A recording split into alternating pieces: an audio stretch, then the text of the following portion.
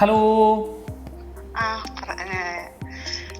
ഹരി സാറല്ലേ? അതെ, സാറല്ല ഹരി. ഹരി. പിന്നെ സാറേ, ഞാൻ വിളിച്ചത് എന്റെ ഹസ്ബൻഡ് ഇങ്ങനെ 9 വർഷം മുമ്പ് ഇങ്ങനെ മരണപ്പെട്ടായിരുന്നു. പുള്ളിക്കാരൻ തീ കൊളുത്തി ആത്മഹത്യ ചെയ്തായിരുന്നു. പിന്നെ അത് കഴിഞ്ഞ് 3 വർഷം കഴിഞ്ഞപ്പോഴത്തേക്ക് അനിയത്തിയുടെ ഭർത്താവ് സൂയിസൈഡ് ചെയ്തു. അത് കഴിഞ്ഞ് 3 വർഷം കഴിയുമ്പോഴത്തേക്ക് എന്റെ ആങ്ങള സൂയിസൈഡ് ചെയ്തു. ഈ 3 വർഷം കഴിഞ്ഞോ? 3 വർഷം കഴിഞ്ഞപ്പോഴത്തേക്ക് എന്റെ ആങ്ങള ഈ ഒരു 6 മാസം മുമ്പ് അവൻ മരിച്ചുപോയി. പിന്നെ അത് കഴിഞ്ഞിട്ട് ഇപ്പൊ ഞങ്ങളുടെ അമ്മ പെട്ടെന്ന് കഴിഞ്ഞ 31-ാം തീയതി മരിച്ചുപോയി. ഇപ്പൊ നമ്മളൊരു ജോത്സ്യനെ വിളിച്ച് വീട്ടിൽ കൊണ്ട് കാണിച്ചപ്പം ആ ജോത്സ്യൻ പറഞ്ഞു വെച്ച് കഴിഞ്ഞാല് നമ്മുടെ വീട്ടില് സിറ്റ് ഔട്ട് കെട്ടിയിട്ട് കാർ പോർച്ചായിട്ടുള്ളത് ഭാഗം ഒഴിച്ചിട്ടിരിക്കുവായിരുന്നു. അത് കെട്ടി മുഴിപ്പിച്ചില്ല. അതുകൊണ്ടാണ് ആങ്ങളെയും അമ്മയും മരിച്ചതെന്നാണ് പറയുന്നത്. അത് ഏത് ദിക്കാണ്? വടക്ക് ദിക്ക്. കറക്റ്റ് വടക്കോ അതോ വടക്ക് കിഴക്കോ? വടക്ക് കിഴക്ക്. ഓക്കെ. അതിന്റെ അപ്പുറത്താണോ കിണറ്? അതിനപ്പുറത്തെ കിണറ്. ഓക്കെ, ശരി. അപ്പൊ ഞാൻ ഒരു കാര്യം പറയാം. ഈ അമ്മ മരിച്ചതിന്റെ ഇപ്പൊ ദോഷമുണ്ടോ? എന്ത് പറഞ്ഞേ? അവിട്ട നാളാണ് അമ്മ മരിച്ചത്. ഓക്കെ, അത് നമുക്ക് ആദ്യം ഒന്ന് നോക്കാം. അമ്മയുടെ മരിച്ച ദിവസം ഒന്ന് പറഞ്ഞേ. 31/10/2025. സമയം വെളുപ്പിനെയാണ് 1:30 കഴിഞ്ഞ് 2 മണിക്കകത്ത്. വെളുപ്പിനെ 1:30 കഴിഞ്ഞിട്ടാണല്ലേ? അവിട്ട നക്ഷത്രമാണ്. അന്നൊരു വെള്ളിയാഴ്ച ദിവസമായിരുന്നു. തുലാമാസം 14-ാം തീയതി ആയിരുന്നു. വ്യാഴാഴ്ച രാത്രി, നേരം വെളുത്ത് വരുന്നത് വെള്ളി. ഓക്കെ. ഇതിൽ ഒന്നാമത്തെ ഒന്ന് രണ്ട് കാര്യങ്ങളിൽ ഈ അവിട്ട നക്ഷത്രത്തിന് ബലി നക്ഷത്രം എന്നൊക്കെ പറഞ്ഞ ഒരു കാര്യം ജ്യോതിഷത്തിൽ പറയുന്നുണ്ട്. വസുപഞ്ചകം എന്ന് പറഞ്ഞിട്ട് ആളുകൾ പറയാം. അങ്ങനെ പറഞ്ഞോ?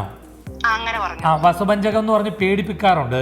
അതായത് വസുപഞ്ചകത്തിൽ മരിച്ചാൽ 5 പേർ മരിച്ചു പോകാൻ സാധ്യതയുണ്ട് എന്ന് പറയാറുണ്ട്. എന്നോട് പറഞ്ഞു കഴിഞ്ഞാല് ബലി ഇട്ടാക്ക് ഒരു മരണം കൂടി സംഭവിക്കും.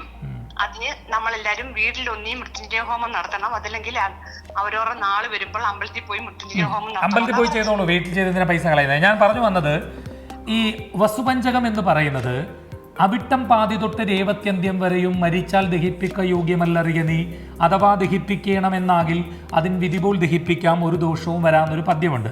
അതായത് അവിട്ടത്തിന്റെ പകുതി മുതൽ രേവതി വരെയുള്ള നാളുകളിൽ മരണപ്പെട്ടാൽ കർമ്മം ചെയ്ത് ദഹിപ്പിക്കണം എന്ന് മാത്രമേ ഉള്ളൂ. ഇത് മറ്റൊരാളെ ബാധിക്കും എന്ന് ജ്യോതിഷത്തിലെ ഒരു ഗ്രന്ഥത്തിലും വസുപഞ്ചകത്തെ പറ്റി പറയുന്നില്ല. ഇത് അറിഞ്ഞിരിക്കാൻ പറയാ, അല്ല ഇത് കേൾക്കുന്ന മറ്റാളുകളെങ്കിലും മനസ്സിലാക്കിയിരിക്കാൻ പറയാ. ഈ വസുപഞ്ചകത്തിൽ മരിച്ചാൽ 5 പേർ മരിക്കുമെന്ന് ചിലർ പറയാറുണ്ട്. അപ്പൊ ഇത് ഞാൻ പറഞ്ഞിട്ടില്ലേ? അപ്പൊ ഈ വസുപഞ്ചകത്തിൽ ഇഞ്ചാവുണ്ട്, 5-ലും ഇഞ്ചാവുണ്ടെന്നുള്ളത് മാത്രമേ ഉള്ളൂ. വസുപഞ്ചകം എന്ന് പറയുന്നത് ഓരോ നക്ഷത്രങ്ങൾക്ക് ഓരോ ദേവതകളെ കൊടുത്തിട്ടുണ്ട്. അതിൽ അവിട്ടം നക്ഷത്രത്തിന്റെ ദേവതകൾ എന്ന് പറയുന്നത് വസുക്കളാണ്. വസുക്കൾ ദേവതകളായ അവിട്ടം നക്ഷത്രം മുതൽ 5 നക്ഷത്രങ്ങളിൽ നിന്ന് മാത്രമാണ് വസുപഞ്ചകം എന്ന വാക്കിന്റെ അർത്ഥം. പിന്നെ മറ്റൊന്ന് ഞാൻ പറയട്ടെ. ഇപ്പം 9 വർഷം മുമ്പ് ഭർത്താവ് മരിച്ചു എന്ന് പറഞ്ഞു. പിന്നെ 6 വർഷം കഴിഞ്ഞിട്ടാണ് 3 വർഷം കഴിഞ്ഞിട്ടാണ് ശരിക്കും പറഞ്ഞാൽ നമ്മൾ അങ്ങനെ നോക്കിയാൽ ഇവർ തമ്മിൽ ഒരു ബ്ലഡ് റിലേഷൻ ഒന്നും ഇല്ലല്ലോ. ഈ നമ്മൾ മരണത്തെ എപ്പോഴും കണക്ട് ചെയ്യുന്നത് എങ്ങനെയാണ്? നമ്മുടെ രക്തബന്ധത്തിലുള്ള, അല്ലാതെ ഇപ്പോൾ നമ്മൾ നോക്കിയാൽ ഈ 3 വർഷത്തിനിടയ്ക്ക് എത്രയോ ആളുകൾ നമ്മുടെ കുടുംബത്തിൽ തന്നെ മരണപ്പെട്ടിട്ടുണ്ടാവാം അല്ലേ? ഇത് അടുപ്പിച്ചല്ലല്ലോ 3 വർഷം എന്ന് പറയുന്നത്. അല്ല, അങ്ങനെ പറയാം. ഞാൻ പറയുന്നത്, അങ്ങനെ ഒരാൾക്ക് നിങ്ങളോട് പറയാനും വേണമെങ്കിൽ നിങ്ങളെ ഭയപ്പെടുത്താനും സാധ്യതയുണ്ട്. പക്ഷെ നമ്മൾ മനസ്സിലാക്കേണ്ട കാര്യം, ഈ നമ്മളുടെ ചേച്ചിയുടെ ഭർത്താവും അനിയത്തിയുടെ ഭർത്താവും തമ്മിൽ ബ്ലഡ് റിലേഷൻ ഇല്ല. രണ്ട് കുടുംബത്തിലെ ആളുകളാണ്, 2 കുടുംബാംഗങ്ങളാണ്. അപ്പം ഞാൻ ഇതിനെ കണക്ട് ചെയ്യേണ്ടെന്നാണ് ഞാൻ പറഞ്ഞത്. കാരണം ഞാനിതിപ്പോൾ പറഞ്ഞു തന്നില്ലെങ്കിൽ ഇപ്പം നിങ്ങളുടെ അടുത്ത് നോക്കിയ ഒരു ജ്യോത്സ്യനില്ലേ, അദ്ദേഹം അല്പം മര്യാദക്കാരനാണ്. എന്തുകൊണ്ടാണെന്ന് വെച്ചാൽ ഇതിനകത്ത് നിങ്ങളെ പറഞ്ഞ് പേടിപ്പിച്ച് നല്ലതുപോലെ പൈസ അടിക്കാനുള്ള എല്ലാ വകുപ്പും ഉണ്ട്. പക്ഷെ അദ്ദേഹം നിങ്ങളോട് പറഞ്ഞു വേണമെങ്കിൽ നിങ്ങൾക്ക് വീട്ടിൽ നടത്താം, ഇല്ലെങ്കിൽ നിങ്ങൾക്ക് അമ്പലത്തിൽ ചെയ്യാമെന്ന് പറഞ്ഞില്ലേ? അത് അദ്ദേഹം വളരെ മാന്യനായതുകൊണ്ടാണ് അങ്ങനെ പറഞ്ഞത്. എന്നാൽ കുറച്ച് ആളുകൾ അങ്ങനെ പറയാറേ ഇല്ല. വീട്ടിൽ തന്നെ ചെയ്യണം, അത് ഞാൻ തന്നെ വന്ന് ചെയ്യണം, അതിന് 1 ലക്ഷം രൂപയാവുമെന്ന് പറയാറുണ്ട്. അതുകൊണ്ടാണ് ഞാൻ പറഞ്ഞത്.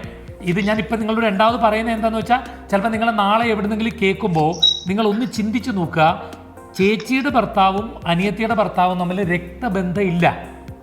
2 ആളുകളാണ്, 2 കുടുംബത്തിൽ ജനിച്ചവരാണ്. അപ്പൊ പിന്നെ അവരുടെ മരണങ്ങളെ തമ്മിൽ കണക്ട് ചെയ്യരുത് എന്ന് പറയാനാണ് ഞാൻ ഇത്രയും പറഞ്ഞത്. പിന്നെ അമ്മയുടെ മരണത്തിന് അദ്ദേഹം പറഞ്ഞത് ശരിയാണ്. ഈ ബലി നക്ഷത്രം ഉണ്ടെങ്കിൽ നമ്മൾ ആ നാള് തന്നെ വേണമെന്നില്ല, മാസത്തിലൊരു തിങ്കളാഴ്ച ദിവസം വീതം ശിവക്ഷേത്രത്തിൽ പോയി ഈ പറഞ്ഞ കർമ്മങ്ങൾ ചെയ്താൽ മതി. വേറെ കാര്യമൊന്നുമില്ല. പറഞ്ഞ മനസ്സിലായോ ചേച്ചി? മനസ്സിലായി. അതിൽ ടെൻഷൻ അടിക്കേണ്ടെന്ന് ആവശ്യമില്ല.